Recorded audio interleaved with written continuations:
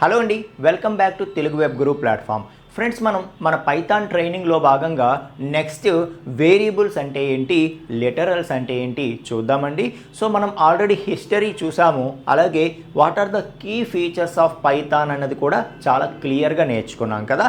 So ఇక మనం ఈ వీడియోలో అసలు వేరియబుల్స్ అంటే ఏంటి, ఓకే, సో వేరియబుల్స్ తాలూకా నీడ్ ఏంటి, ఓకే, అలాగే మనకి లిటరల్స్ అంటే ఏంటి, సో లిటరల్స్కి వేరియబుల్స్కి ఉండేటటువంటి డిఫరెన్స్ ఏంటి అనేది చాలా క్లియర్గా మనం మాట్లాడదాం ఫ్రెండ్స్.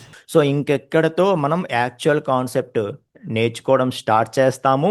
సో అంటే ఇంతవరకు మనం థియరీ పార్టే కదా, ఇంకెక్కడి నుండి చిన్న చిన్న ప్రోగ్రామ్స్ అవి చేస్తూ మనం యాక్చువల్ కాన్సెప్ట్ ఒక్కొక్కటి నేర్చుకుంటూ ముందుకి వెళ్తాము అని చెప్పి చెప్తున్నాను. Okay, right. So yes friends, first మనం ఏదైనా సరే ఇప్పుడు ఒక పెద్ద పెద్ద సాఫ్ట్వేర్స్ క్రియేట్ చేయాలంటే ముందు మనం ఏం చేస్తాము, సో చిన్న చిన్న ప్రోగ్రామ్స్ నుండి స్టార్ట్ చేస్తాం. మనం మ్యాథమెటిక్స్లో కూడా ఫస్ట్ మనకి నెంబర్స్ నేర్పించిన తర్వాత చిన్న చిన్న 2 నెంబర్స్కి ఎడిషన్ ఎలా చేయాలి, సబ్ట్రాక్షన్ ఎలా చేయాలి, మల్టిప్లికేషన్ ఎలా చేయాలి అవి నేర్పించిన తర్వాత రాను రాను మనం పెద్ద పెద్ద అప్లికేషన్స్ అవి క్రియేట్ చేస్తుంటాం కదా. ఇక్కడ కూడా అంతే అన్నమాట. ఓకే, సో మనం చిన్న చిన్న 2 నెంబర్స్ ఎడిషను ఇటువంటివన్నీ కూడా చిన్న చిన్నవి నేర్చుకుంటూ ఒక్కొక్కటి మనం నెక్స్ట్ స్టెప్‌కి వెళ్తూ మనం ఇంకా పెద్ద పెద్ద ప్రోగ్రామ్స్ డెవలప్ చేసే స్థాయికి వెళ్తామని చెప్పి చెప్తున్నాను. Okay, right. సో ఏదైనా సరే ఫస్టు నేనిది చిన్న ఇంట్రడక్షన్ లాగా ఇంతకు ముందు ఇచ్చాను. ఓకే, సో మనం ఒక ప్రోగ్రామ్ చేస్తున్నాం అనుకోండి, ఫర్ ఎగ్జాంపుల్ ఇలా 2+3. ఓకే, సో 2+3 అంటే మనకి 5 అని చెప్పి వచ్చేస్తుంది. ఓకే, సో అయితే మనం ఎప్పుడూ కూడా ఇలా డైరెక్ట్గా నెంబర్స్తో ప్రోగ్రాంలో డీల్ చేయం. ఇక్కడ మనం ఒక సింపుల్గా జస్ట్ ఒక డెమాన్స్ట్రేషన్ లాగా చూపిస్తున్నాం కాబట్టి ఇలా ఏది ఇచ్చినా కూడా మనం చూస్తున్నాం. కానీ సో మనం ఎప్పుడూ కూడా ఏం చేస్తామంటే ఇంటర్నల్గా ఇలా డైరెక్ట్గా నెంబర్స్తో ఆపరేట్ చేయకుండా ముందు మనం ఏం చేస్తామంటే వాటిని వేరియబుల్స్లో తీసుకోవడం అనేది జరుగుతుంది. సో అసలు అంటే ఏంటో చెప్తాను నేను. ఓకే, సో మనం ఎటువంటి ఆపరేషన్ చేసినా కూడా అది ఫస్ట్ ఏమవుతుందంటే అసలు ఇదనే కాదు, ప్రోగ్రామింగ్ అనే కాదు, మన సిస్టంలో ఉండేటటువంటి మనం ఒక వీడియో ఫైల్ని ప్లే చేసాము, లేకపోతే ఒక ఆడియో ఫైల్ని ప్లే చేసాము, లేకపోతే ఒక వర్డ్ డాక్యుమెంటో పీడిఎఫ్ డాక్యుమెంటో ఓపెన్ చేసాము, లేదా ఒక ప్రోగ్రామ్ రన్ చేసాము. ఏం చేసినా కూడా అది మనకి కావాల్సింది మనం చూడగలుగుతున్నాము అంటే బ్యాక్గ్రౌండ్లో ఏం జరుగుతుందో తెలుసా మీకు? అది మెమరీలోకి లోడ్ అవుతుందన్నమాట. ఓకే, మనం ఒక వీడియో ఫైల్ ప్లే చేసాము, మన సిస్టంలో ఉన్నది అది ప్లే అవుతుంది అంటే ముందు అది మెమరీలోకి లోడ్ అవుతుంది.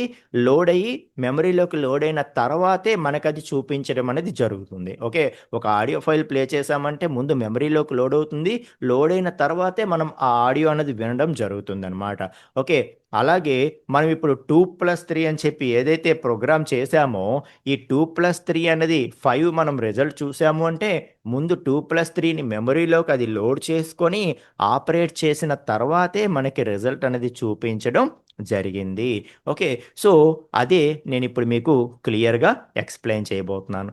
ఓకే, సో జనరల్గా ఎలా ఉంటుందంటే మన సిస్టమ్ అన్నది ఒక మీకు తెలుసు, మీ అందరికీ కూడా మన సిస్టంలో మెయిన్ మెమరీ ఉంటుంది. ఓకే, సో మెయిన్ మెమరీ అంటే ఏంటి తెలుసా? మనకి ర్యామ్ అంటాం దీన్నే. ఓకే, సో ఈ పదం మీరు వినే ఉంటారు, ర్యామ్. సో ర్యామ్నే మనం ఏమంటామంటే మెయిన్ మెమరీ అంటాం. ఓకే, సో మన సిస్టంలో ర్యామ్ ఉంటుంది, ర్యామ్తో పాటు మనం హార్డ్ డిస్క్ కూడా ఉంటుంది కదా. సో జనరల్గా మన డేటా అంతా కూడా హార్డ్ డిస్క్లోనే ఉంటుంది. ఓకే, సో ఏదైతే మనము హార్డ్ డిస్క్ పెట్టుకుంటామో హార్డ్ డిస్క్లోనే మన డేటా అంతా ఉంటుంది, అక్కడి నుండే వస్తుంది అనుకుంటాం. కానీ సో మనం ఏదైనా రన్ చేస్తున్నాం, ఇప్పుడు నేను ఈ క్లాస్ చెప్తున్నాను, ఇది ఎంత మీరు చూడగలుగుతున్నారు అంటే నా సిస్టంలో ఉండేటటువంటి ర్యామ్లోకి మెయిన్ మెమరీలోకి ఈ సాఫ్ట్వేర్ అంతా లోడ్ అయింది కాబట్టే నేను ఈ క్లాస్ని చెప్పగలుగుతున్నాను, మీరు చూడగలుగుతున్నారనమాట. ఓకే, సో అలాగా మనం ఏం చేసినా కూడా అది మనకి మెమరీలోకి లోడ్ అవుతుంది. సో మెమరీలో మనకి ఈ విధంగా చిన్న చిన్న బ్లాక్స్ కిందకి మెమరీ అనేది డివైడ్ అయి ఉంటుంది. ఓకే. సో, వాటిలో ఎంత కావాలో అంత ఆక్యుపేషన్ అనేది మనకి ఇస్తూ ఉంటుంది. మన ప్రోగ్రామ్‌ని బేస్ చేసుకొని. ఓకే. సో, వీడియో అయితే దానికి తగ్గట్టుగా మెమరీ ఇస్తుంది. ఆడియో అయితే దానికి తగ్గట్టుగా మెమరీ ఇస్తుంది. ఇదంతా కూడా memory management techniques. Okay. So, అంత డీప్‌గా నేనిప్పుడు వెళ్ళదలుచుకోలేదు. కాకపోతే ఇప్పుడు జస్ట్ మన కాన్సెప్ట్‌కి తగ్గట్టుగా చెప్తాను. సో, జస్ట్ మనము 2+3 అని చెప్పి ఒక ఆపరేషన్ చేస్తున్నాము అంటే, అది ఏం జరుగుతుందో తెలుసా ఇంటర్నల్‌గా? ఫస్ట్ 2 అన్నది మెమరీలోకి లోడ్ అవుతుంది. ఆ తర్వాత 3 అన్నది మెమరీలోకి లోడ్ అవుతుంది. లోడ్ అయ్యి ఈ ఆపరేషన్ అనేది ఎప్పుడైతే ఈ 2 మెమరీలోకి లోడ్ అయ్యాయో, అప్పుడు ఆపరేషన్ అనేది పెర్ఫార్మ్ అవుతుంది. అయ్యి రిజల్ట్ అన్నది మెమరీలోకి లోడ్ అవుతుంది. లోడ్ అయ్యి ఇది మనకి రిజల్ట్‌గా చూపించడం అన్నది జరుగుతుంది. Okay. So, this is how process will happen. అర్థమవుతుందా? సో, ఇంటర్నల్‌గా ప్రాసెస్ అనేది ఈ విధంగా జరుగుతుంది. ఏ చిన్న ఆపరేషన్ దగ్గర నుండి ఏ పెద్ద ఆపరేషన్ అయినా అది జరుగుతుంది అంటే ఫస్ట్ అది మెమరీలోకి లోడ్ అవుతుంది. ఓకే. సో, మన మెమరీ ఏదైతే మెయిన్ మెమరీ ఉందో, మనం ఏదైతే హార్డ్ డిస్క్ ఉంటుందో దాన్ని సెకండరీ మెమరీ అంటాం. ఇది ర్యామ్ అన్నది మెయిన్ మెమరీ అనమాట. ఓకే. సో, ఈ మెయిన్ మెమరీలోకి మన ప్రోగ్రామ్ అంతా లోడ్ అయిన తర్వాతే మనం దాని అవుట్‌పుట్‌ని చూడగలుగుతాం అనమాట. సో, ఇందులో ప్రతి దానికి కూడా, ప్రతి లొకేషన్‌కి కూడా మనకి ఒక అడ్రెస్ అన్నది ఉంటుందండి. ఆ అడ్రెస్సు చాలా పెద్దదుంటుందనమాట. ఫర్ ఎగ్జాంపుల్ ఎలాగో పెద్ద పెద్ద కోడ్స్ ప్రతి దానికి కూడా ఒక అడ్రెస్ అన్నది ఉంటుందనమాట. ఒక యూనిక్ అడ్రెస్ అనేది ఉంటుంది. ఓకే. సో, ఆ యూనిక్ అడ్రెస్ ఉన్నటువంటి లొకేషన్స్ కిందకి ఐ మీన్ మెమరీ అనేది చిన్న చిన్న లొకేషన్స్ కిందకి డివైడ్ అవుతుంది.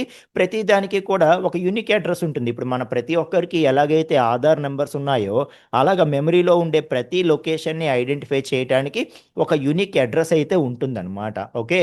సో, అయితే మనకి తెలీదు 2+3 అనగానే 5 వచ్చేసింది కాబట్టి ఫైన్. కాకపోతే ఇంటర్నల్‌గా ఏం జరుగుతుంది? ఒక ఖాళీ లొకేషన్ చూసుకొని 2ని స్టోర్ చేస్తుంది. ఇంకొక ఖాళీ లొకేషన్‌ని చూసుకొని 3ని స్టోర్ చేస్తుంది. ఇంకొక ఖాళీ లొకేషన్‌ని చూసుకొని 5ని స్టోర్ చేయడానికి అది రిజర్వ్ చేసుకొని ఉంచుకుంటుంది. ఆ విధంగా ఆపరేషన్ పెర్ఫార్మ్ చేసి మనకు ఫైనల్‌గా రిజల్ట్ అనేది ఇస్తుంది. సో, అంతా సిస్టమే చూసుకుంటుంది కాబట్టి ఈ లొకేషన్స్ అవి పర్వాలేదు గానీ, ఇదే మనం ఈ లొకేషన్స్‌ని మనం గుర్తుంచుకోవాలి అంటే గుర్తుంచుకోగలమా?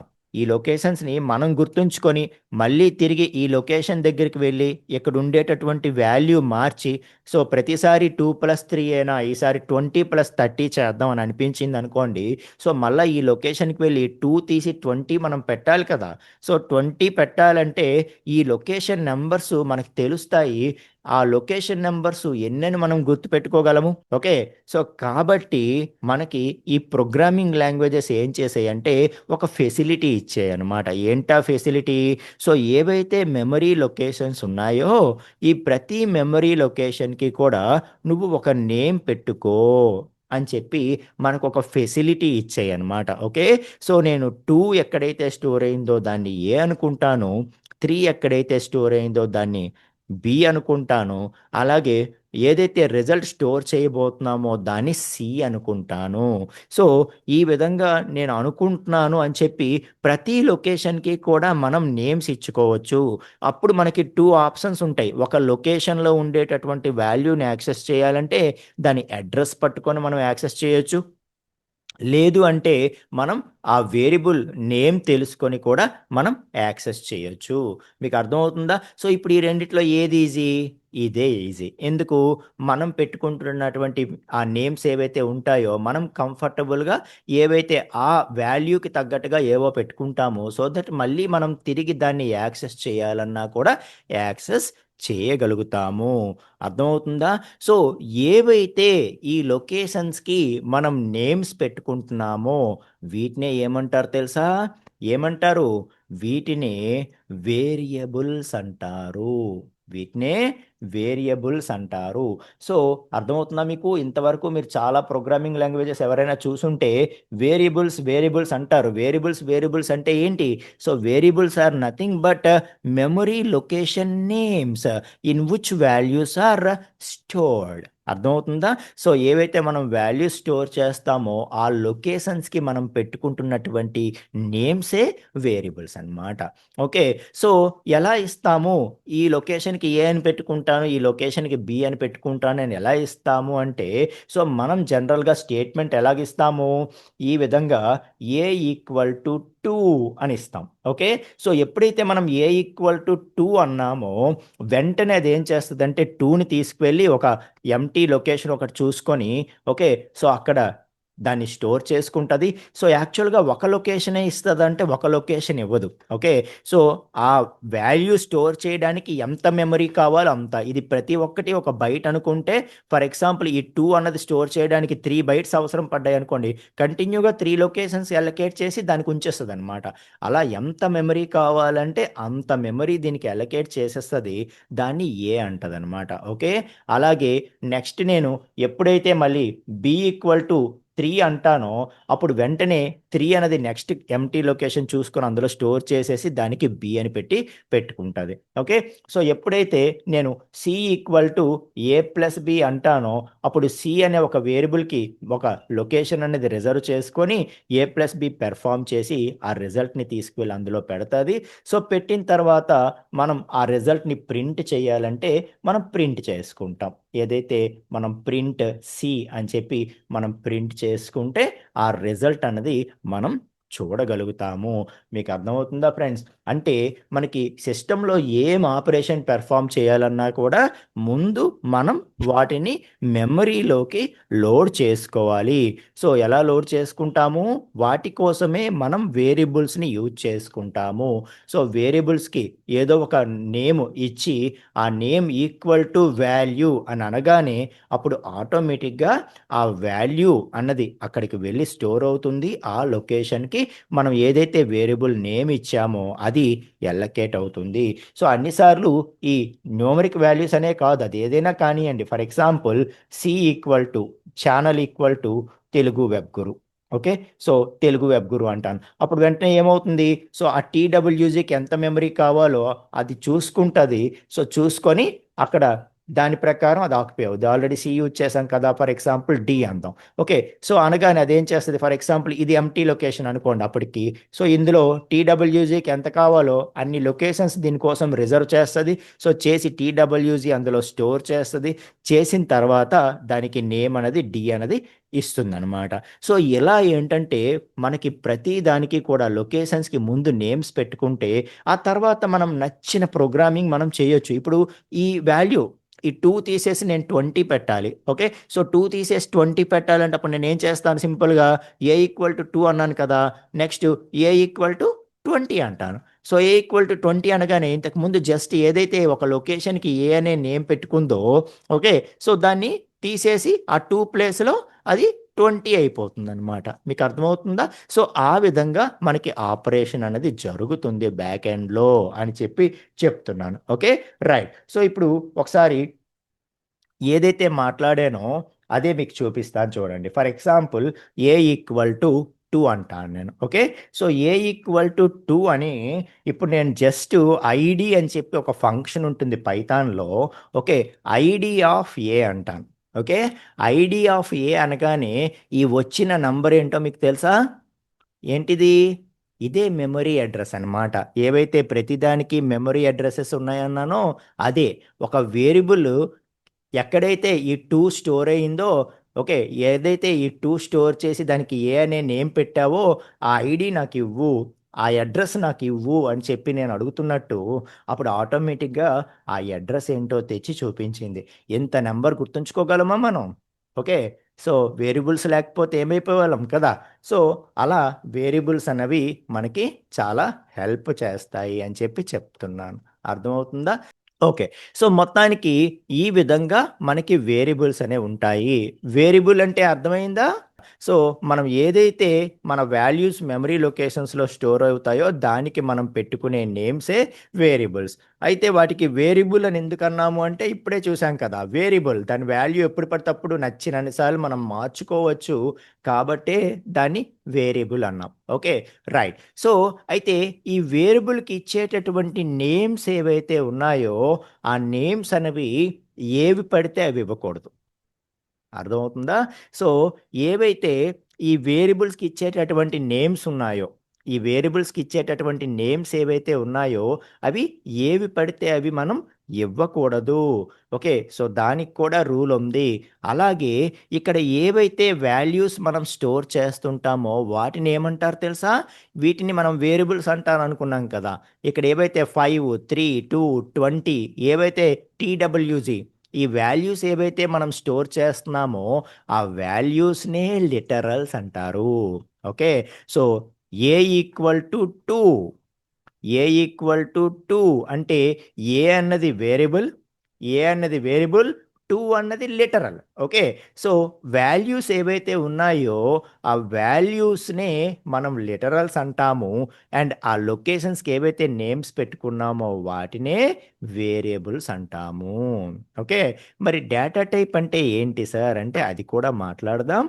So, variable concept clear. Okay. So, వీటిని వేరియబుల్స్ అంటాము. ఏవైతే మనం ఇక్కడ వాల్యూస్ స్టోర్ చేస్తున్నామో వాటినే లిటరల్స్ అంటాము. సో, ఎలాంటి వాల్యూస్ ఇవ్వచ్చు, ఎలాంటి వాల్యూస్‌ని పైథాన్ సపోర్ట్ చేస్తుంది అనేది లిటరల్ చెప్తుంది. ఓకే. అండ్ వాటికి వాల్యూస్‌కి మనం ఆ లొకేషన్స్‌కి నేమ్స్ అయితే మనం పెట్టుకోవచ్చు. వాటిని వేరియబుల్స్ అంటాము.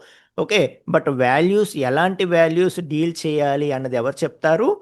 లిటరల్స్ అనే కాన్సెప్ట్ మనకు చెప్తుందనమాట. సో, పైథాన్ ఎటువంటి లిటరల్స్‌ని ఎలో చేస్తుంది. అంటే దాని అర్థం ఏంటి? పైథాన్‌లో ఎటువంటి వాల్యూస్‌ని మనం ఇవ్వగలము అని చెప్పడం. ఓకే. సో, అది కూడా మనం మాట్లాడదాం. ఓకే. సో, మరి ఇప్పుడు చూడండి మీరు ఏ ఈక్వల్ టు 2 అంటే యాక్సెప్ట్ చేసింది. ఓకే. ఆహ్, ఏ1 ఈసారి నేను వేరియబుల్ నేము ఒక ఒక ఆల్ఫాబెట్, ఒక నంబర్ కలిపిచ్చాను. ఏ1 అన్నాను. ఓకే. వేరియబుల్ నేమ్ ఏ1 అన్నాను. ఏ1 ఈక్వల్ టు 3 అన్నాను. సో, ఏ1 ఈక్వల్ టు 3 అనగానే ఆటోమేటిక్‌గా ఏమవుతుంది? సో, 3 అనేది ఇక్కడ స్టోర్ అవుతుంది. ఆ వేరియబుల్ నేమ్ వచ్చి ఏ1 అని చెప్పి ఎలకేట్ అవుతుంది. Okay. So, this is fine. Accept అయింది బానే ఉంది. ఇప్పుడు నేను రివర్స్‌లో 1ఏ అంటాను. 1ఏ ఈక్వల్ టు 3 అంటాను. 1ఏ ఈక్వల్ టు 3 అంటాను. యాక్సెప్ట్ చేయలేదు. యాక్సెప్ట్ చేయలేదు. ఏమొచ్చింది? సింటాక్స్ ఎర్రర్ వచ్చింది. ఓకే. సో, ఫ్రెండ్స్ స్టార్టింగ్ నుండే నేను మీకు చెప్తున్నాను. ఎర్రర్స్ అండర్‌స్టాండ్ చేసుకోవడానికి ట్రై చేస్తే మీరు త్వరగా ఏదైనా నేర్చుకోగలుగుతారు. ఓకే. సో, ఎర్రర్ రాగానే భయపడిపోవద్దు. అసలు అది ఏంటి అనేది అండర్‌స్టాండ్ చేసుకుంటేనే మనం దాన్ని సాల్వ్ చేయగలుగుతాం. ఓకే. సో, ఇప్పుడు కావాలనే మనం దీన్ని ఎక్స్‌ప్లెయిన్ చేసాం. ఎర్రర్ వస్తదని ముందే తెలుసు మనకి. సో, 1ఏ ఈక్వల్ టు 3 అన్నాను. అనగానే అదేం చెప్పింది? Syntax error. Syntax error. First నేను సింటాక్స్ అంటే చెప్పాను కదా మీకు. అంటే ఈ విధంగా రాయాలి అని చెప్పి ఒక స్ట్రక్చర్ ఉంటది. అది మనం మిస్ చేసాము అంటే సింటాక్స్ ఎర్రర్ అనమాట. అంటే ఎక్కడో ఒక విధంగా రాయాల్సింది కరెక్ట్‌గా రాయాల్సింది మనం అలా రాయలేదు. వేరే విధంగా రాసాము అని అర్థం. Invalid decimal literal. Okay. Invalid decimal literal.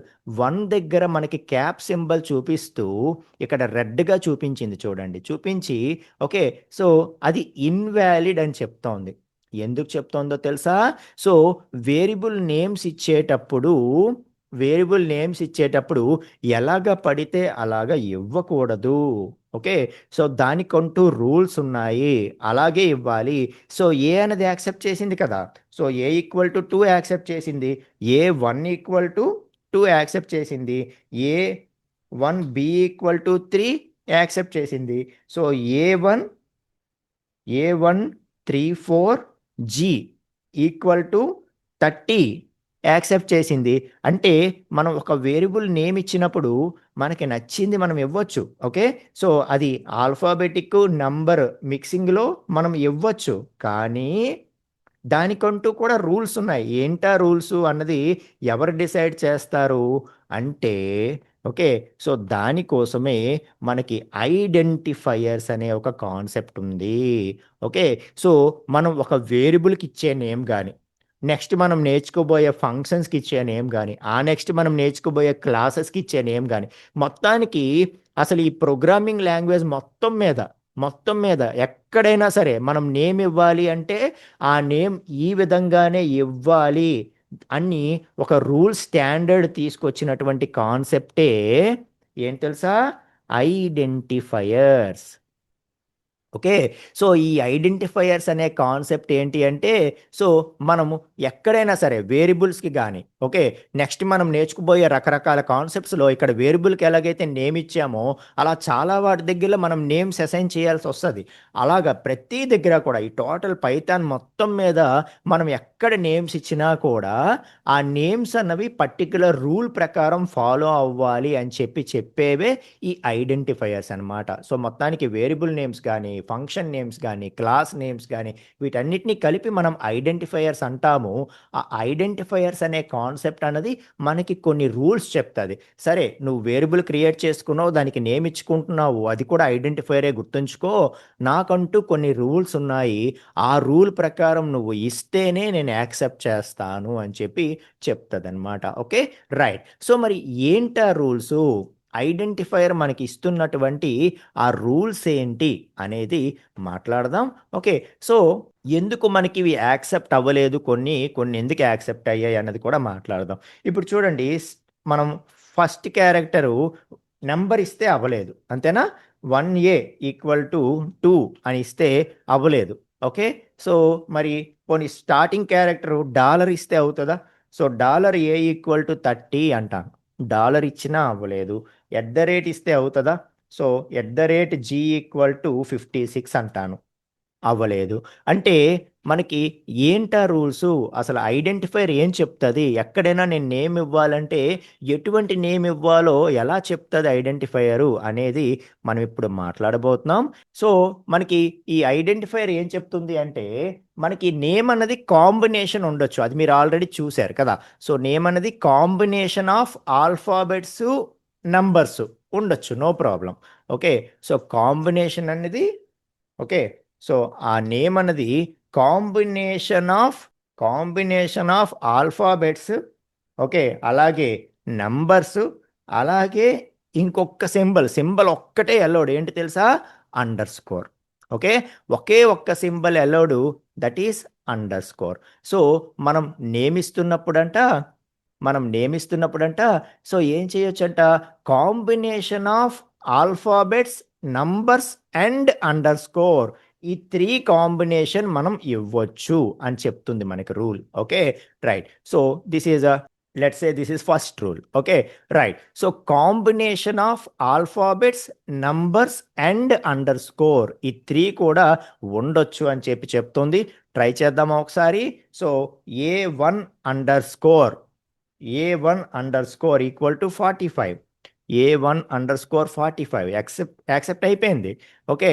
So, మనకి ఆల్ఫాబెట్సు, నంబర్సు, అండర్‌స్కోర్ ఈ 3 కూడా ఉండొచ్చు అని చెప్తుంది. ఓకే.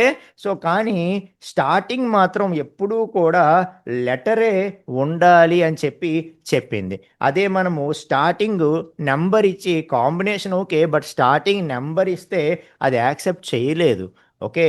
సో, మరి అండర్‌స్కోర్ స్టార్టింగ్ ఇస్తే యాక్సెప్ట్ చేస్తదో లేదో చూద్దామా? అండర్‌స్కోర్ A = 34 యాక్సెప్ట్ చేసింది. ఓకే. అంటే రూల్ ఏంటి? మనకి combination of alphabets, numbers, underscore ఉండాలి. But must starts with first rule ఏంటి? So, must starts with letter. Okay. Letter or letter or underscore. Alphabet or underscore. So, must and షుడ్‌గా అది starting character మాత్రం underscore గానీ, లేకపోతే character గానీ ఉండాలి. ఏం చెప్తున్నానో క్లారిటీ ఉంది కదండీ! ఈ వేరియబుల్ నేమ్స్ మనం ఇచ్చేది ఎలా పడితే అలా ఇవ్వకూడదు. ఎలా ఇవ్వాలి అని చెప్పి ఐడెంటిఫైయర్ అన్నది చెప్తుంది. దాని ప్రకారమే మనం ఇవ్వాలి. సో, ఏం చెప్పింది? ఆ వేరియబుల్ నేమ్స్ అనేవి నువ్వు ఏవైనా ఇచ్చుకో నీకు అర్థమయ్యే రీతిలో. కాకపోతే స్టార్టింగ్ క్యారెక్టర్ మాత్రం కంపల్సరీగా లెటర్ అయినా ఉండాలి. లేకపోతే అండర్‌స్కోర్ అయినా ఉండాలి అని చెప్పిందనమాట. ఓకే. రైట్. సో, ఇవి తప్ప ఏవైతే ఆల్ఫాబెట్సు, నంబర్సు, అండర్‌స్కోర్ తప్ప ఇంకా ఏమి కూడా నేను ఎలో చెయ్యను అని చెప్తది. ఓకే. సో, ఈ 3 తప్ప నేను ఏది ఎలో చేయను. అయితే ఆల్ఫాబెట్స్ వాడు, లేకపోతే నంబర్స్ వాడు, లేకపోతే అండర్‌స్కోర్ వాడు. అంతేగాని డాలర్ సింబల్ గాని, సింబల్ గాని, స్లాష్ గాని అవి ఏవి కూడా, అవి ఏవి కూడా మనం ఈ నేమ్‌లో యూజ్ చేయకూడదు అర్థమవుతుందా? సో అవనే కాదు, కొంతమంది మనకి స్టార్టింగ్లో చేసినటువంటి ప్రాబ్లం కూడా అదే. సో చెప్తాను. So no other symbols are allowed. అది ఏదైనా కానీ ఇక్కడ ఏవైతే నేను మాట్లాడానో అవి తప్ప ఇంకా ఏది అలౌడ్ కాదు. ఓకే, సో చాలామంది స్టార్టింగ్లో చేసే తప్పు ఏంటంటే మనకి వేరియబుల్ నేమ్స్ ఇస్తున్నప్పుడు మధ్యలో స్పేసెస్ ఇస్తుంటారనమాట. ఓకే, సో మనకి కాంబినేషను కరెక్ట్గానే ఇస్తారు, A1 ఇలా కరెక్ట్గానే ఇస్తారు. కొంతమంది ఏం చేస్తారంటే అది స్టార్టింగ్లో చిన్న చిన్న తప్పులు కామనే. Okay, so A space 1 equal to 2 అని అంటారు. అది యాక్సెప్ట్ చేయదు, ఎందుకంటే space character is not allowed. Okay, అయితే ప్రతి క్యారెక్టర్ కూడా ఆల్ఫాబెట్ ఉండాలి, లేకపోతే నంబర్ ఉండాలి, లేకపోతే అండర్ స్కోర్ ఉండాలి. వేరే ఏది కూడా నాట్ అలౌడ్. మధ్యలో స్పేస్ కూడా ఉండకూడదు, ఏది ఉండకూడదు. సో అయితే అండర్ స్కోర్ ఉండాలి, ఆల్ఫాబెట్ ఉండాలి, లేకపోతే నెంబర్ ఉండాలి అని చెప్తుంది ఐడెంటిఫైయర్ అన్నమాట. ఓకే, సో ఏ నేమ్ పడితే ఆ నేమ్ ఎల్లో చేయం బాబు, నాకంటూ కొన్ని రూల్స్ ఉన్నాయి, నువ్వు అలా ఫాలో అవ్వాలి అని చెప్తోంది అనమాట. So no other symbols allowed. ఇంకొకటి ఏంటి అంటే మనం నెక్స్ట్ కీవర్డ్స్ అంటే ఏంటో చెప్తాము. ఆ కీవర్డ్స్ ఏవైతే ఉంటాయో ప్రతి ప్రోగ్రామింగ్ లాంగ్వేజ్లో కీవర్డ్స్ ఉంటాయండి ఫిక్స్డ్గా. ఆ కీవర్డ్స్ ప్రతిదానికి కూడా ఒక మీనింగ్ ఉంటుంది అనమాట. ఓకే, అవి అస్సలు యూజ్ చేయకూడదు. Okay, no keywords are no keywords are allowed. Okay, so keywords అన్నవి అస్సలు యూజ్ చేయకూడదు. ఓకే, సో మనకి ప్రోగ్రామింగ్ లాంగ్వేజెస్లో కొన్ని కీవర్డ్స్ ఉంటాయన్నమాట. ఇప్పుడు ఫర్ ఎగ్జాంపుల్ ఇఫ్ ఉందనుకోండి, ఈ ఇఫ్కి ఒక మీనింగ్ ఉంటుంది పర్టికులర్గా. ఓకే, కాబట్టి దాన్ని మనం వాడకూడదు. ఫర్ అనేది ఒకటి ఉందనుకోండి, ప్రతి ప్రోగ్రామింగ్ లాంగ్వేజ్లో ఫర్కి ఒక పర్టికులర్ మీనింగ్ ఉంటుంది. సో అది ఆల్రెడీ ఆ మీనింగ్ కోసం రిజర్వ్ చేయబడింది అనమాట. ఏవైతే ఒక పర్టికులర్ పర్పస్ కోసం ఆల్రెడీ రిజర్వ్ చేయబడినాయో వాటినే కీవర్డ్స్ అంటాం. ఓకే, సో ప్రతి ప్రోగ్రామింగ్ లాంగ్వేజ్కి కూడా కొన్ని కీవర్డ్స్ ఉంటాయి. ఆ కీవర్డ్స్ని ఎప్పుడూ కూడా మనం ఐడెంటిఫైయర్స్గా వాడకూడదు. ఇప్పుడు చూడండి, ఫర్ ఎగ్జాంపుల్ నేను ఇఫ్ అని చెప్పి వేరియబుల్ నేమ్గా నేను ఇఫ్ని వాడి ఇఫ్ ఈక్వల్ టు 30 అంటాను, ఎల్లో చేయదు. ఫర్ ఈక్వల్ టు 40 అంటాను, ఎల్లో చేయదు. ఓకే, అంటే ఈ ఇఫ్ కానీ ఫర్ కానీ ఇవన్నీ ఏంటంటే కీవర్డ్స్ అనమాట. వాటిని ఎగ్జాక్ట్గా మనం వాడకూడదు, చేంజ్ చేసి వాడుకోవచ్చు. ఇప్పుడు ఫర్ ఎగ్జాంపుల్ ఇఫ్ 1 అని ఉందనుకోండి, ఇఫ్ 1 ఈక్వల్ టు 34 అలౌడ్, ఎందుకంటే మనం ఇఫ్ అనలేదు, ఇఫ్ 1 అన్నాం. So if is different from if 1 కాబట్టి ఎస్ మనం వాడుకోవచ్చు అనమాట. అర్థమవుతుందా? సో అలాగా పర్టిక్యులర్ కీవర్డ్స్ ఉంటాయి. ఆ కీవర్డ్స్ని ఎప్పుడూ కూడా మనం మన ఐడెంటిఫైయర్స్గా యూజ్ చేయకూడదు. ఓకే, సో ఇవి స్టార్టింగ్లో ప్రతి ప్రోగ్రామింగ్ లాంగ్వేజ్లో కూడా చెప్పేవే అండి, కానీ చాలా ఇంపార్టెంట్ అనమాట.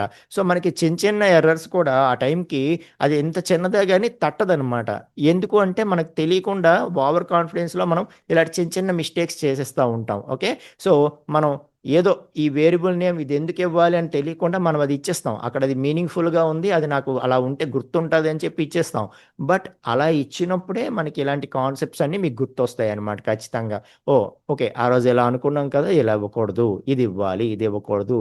మేబీ ఇది ఇస్తే సింటాక్స్ ఎర్రర్ అంటుందంటే ఇది ఒక కీవర్డ్ ఏమో అని చెప్పి మనకి ఖచ్చితంగా ఐడియా అనేది వస్తుంది. ఓకే, ఇంకా ఫైనల్లీ ఇవన్నీ కూడా కేస్ సెన్సిటివ్, అదొకటి చూసుకోవాలి. ఓకే, సో ఇవన్నీ కూడా కేస్ సెన్సిటివ్ అనమాట. ఓకే, సో కేస్ సెన్సిటివ్ అంటే మనకి స్మాల్ ఏ ఈక్వల్ టు 30 ఇచ్చి క్యాపిటల్ ఏ ఈక్వల్ టు 40 ఇచ్చాము అంటే సో ఈ రెండు కూడా డిఫరెంట్ వేరియబుల్స్ అనమాట ఇప్పుడు. ఓకే, సో స్మాల్ ఏ క్యాపిటల్ ఏ జస్ట్ కేస్ మారింది కదా, ఇంకా ఆ వాల్యూయే 30 పోయి 40 వచ్చేస్తుంది అని చెప్పి అనుకోవద్దు. Okay, so this is different and this is different. So ఖచ్చితంగా లోవర్ కేస్ని ఒక సపరేట్ వేరియబుల్గానే చూస్తుంది, అప్పర్ కేస్ని సపరేట్ వేరియబుల్గానే చూస్తుంది. ప్రతిదీ కూడా ఇక్కడ కేస్ సెన్సిటివ్ అని చెప్పి చెప్తున్నాను అనమాట. ఓకే, సో అదొకటి చూసుకోవాల్సి ఉంటుందన్నమాట. ఓకే, సో ఇవన్నీ కూడా మనం ఒక వేరియబుల్కి నేమ్ ఇచ్చినప్పుడు, ఇప్పుడైతే వేరియబులే మాట్లాడుతున్నాం, ఫ్యూచర్లో రకరకాల కాన్సెప్ట్స్ మాట్లాడుతాం, వాటన్నిటికీ మనం నేమ్స్ ఇస్తాము. వేరియబుల్కి నేమ్ ఇచ్చినా, ఏ కాన్సెప్ట్కి నేమ్ ఇచ్చినా సరే అది ఐడెంటిఫైయర్ రూల్స్కి ఫాలో అవుతూనే మనం ఇవ్వవలసి ఉంటుంది అని చెప్పి చెప్తున్నానమాట. ఓకే, సో దానికోసమే ఈ కాన్సెప్ట్ అంతా మనం మాట్లాడడం జరిగింది. ఫైన్, సో ఇది ఐడెంటిఫైయర్స్ గురించి. Okay, right. సో, ఐడెంటిఫైయర్స్ అయిపోయిన తర్వాత ఇక్కడ నేను ఇది చెప్పాను. ఇవేంటివి? వాల్యూస్. సో, ఎటువంటి వాల్యూస్ ఇవ్వచ్చు? ఎటువంటి వాల్యూస్‌ని మనకి పైథాన్ సపోర్ట్ చేస్తది? వాటినే మనం ఏమంటాము? లిటరల్స్ అంటాం. సో, ఎటువంటి లిటరల్స్‌ని పైథాన్ సపోర్ట్ చేస్తది అనేది కూడా మనం తెలుసుకుంటే, మనం నంబర్స్ చూసాము. 2+3 ఇదంతా కూడా సపోర్ట్ చేసింది చూసాము. ఓకే. సో, వాటితో పాటు మనకి ఏదైతే మనం ఇంటిజర్స్ ఆల్రెడీ చూసామో, ఇంటిజర్స్‌ని సపోర్ట్ చేస్తుంది. మనం చూసాము A=20 ఇదంతా కూడా. అలాగే టీడబ్ల్యూజీ ఇచ్చాము. దాన్ని సపోర్ట్ చేసింది. ఓకే. సో, అంటే మనకి స్ట్రింగ్స్ అంటాం వాటిని కదా! So, set of text characters ఏవైతే ఉంటాయో వాటిని ప్రోగ్రామింగ్ లాంగ్వేజ్‌లో స్ట్రింగ్ అంటాం మనం. సో, స్ట్రింగ్స్‌ని సపోర్ట్ చేసింది. ఓకే. సో, అలాగే మనకి ఫ్లోటింగ్ పాయింట్ నంబర్స్‌ని కూడా ఫ్లోటింగ్ పాయింట్ వాల్యూస్‌ని కూడా సపోర్ట్ చేస్తుంది. అంటే ఏంటంటే 5.3 ఓకే. 2.5 మనం ఏదైనా రేటింగ్ మాట్లాడేటప్పుడు ఓకే. సో, అమెజాన్‌లో వాటిలో ఏ ప్రొడక్ట్ చూసినా ముందు మనం రేటింగ్ చూస్తాం. సో, 4 అబోవ్ ఉండాలంటాం. 4.3, 4.5, 4.7 ఓకే. సో, అలా డెసిమల్ పాయింట్‌తో పాటు ఏదైతే ఉంటుందో వాటిని ఫ్లోటింగ్ పాయింట్ వాల్యూస్ అంటాం. ఓకే. సో, అటువంటి వాల్యూస్‌ని కూడా పైథాన్ సపోర్ట్ చేస్తుంది. ఓకే. సో, నంబర్స్‌ని ఇంటిజర్స్‌ని సపోర్ట్ చేస్తుంది. స్ట్రింగ్స్‌ని సపోర్ట్ చేస్తుంది.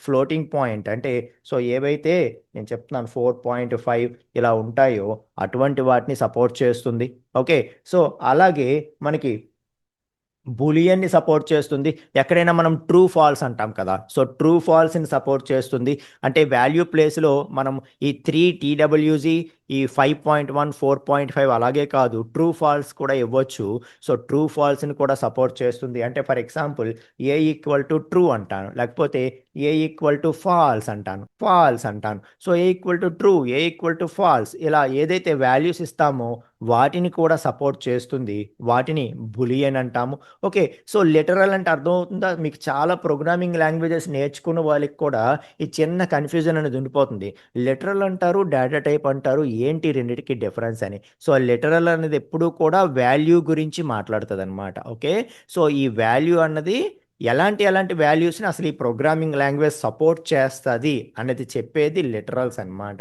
ఓకే. రైట్. సో, బూలియన్స్‌ని సపోర్ట్ చేస్తది. అలాగే కాంప్లెక్స్ వాల్యూస్ ఏవైతే ఉన్నాయో మిగతా లాంగ్వేజెస్ ఏవి సపోర్ట్ చేయవు. ఓకే. సో, కాంప్లెక్స్ వాల్యూస్‌ని సపోర్ట్ చేసేవి చాలా కొద్ది లాంగ్వేజెసే ఉంటాయి. పైథాన్ కాంప్లెక్స్ వాల్యూస్‌ని కూడా సపోర్ట్ చేస్తుందనమాట. ఓకే. సో, ఇంకా ఇవన్నీ కూడా ఫ్యూచర్‌లో మనం ఎగ్జాంపుల్స్‌తోనే మాట్లాడదాం. జస్ట్ ఇప్పుడు దీని యొక్క ఫీచర్స్ మనం మాట్లాడుతున్నాం కాబట్టి ఏమేమి అసలు సపోర్ట్ చేస్తది, ఏమేమి ఉంటాయి, ఐడెంటిఫైయర్ అంటే ఏంటి, ఇవన్నీ కూడా బేసిక్ లెవెల్‌లో మనం తెలుసుకోవడం అనేది జరుగుతుందనమాట. మీకు అర్థమైందా? Right friends. Okay. So, this is all about variables and literals. Okay.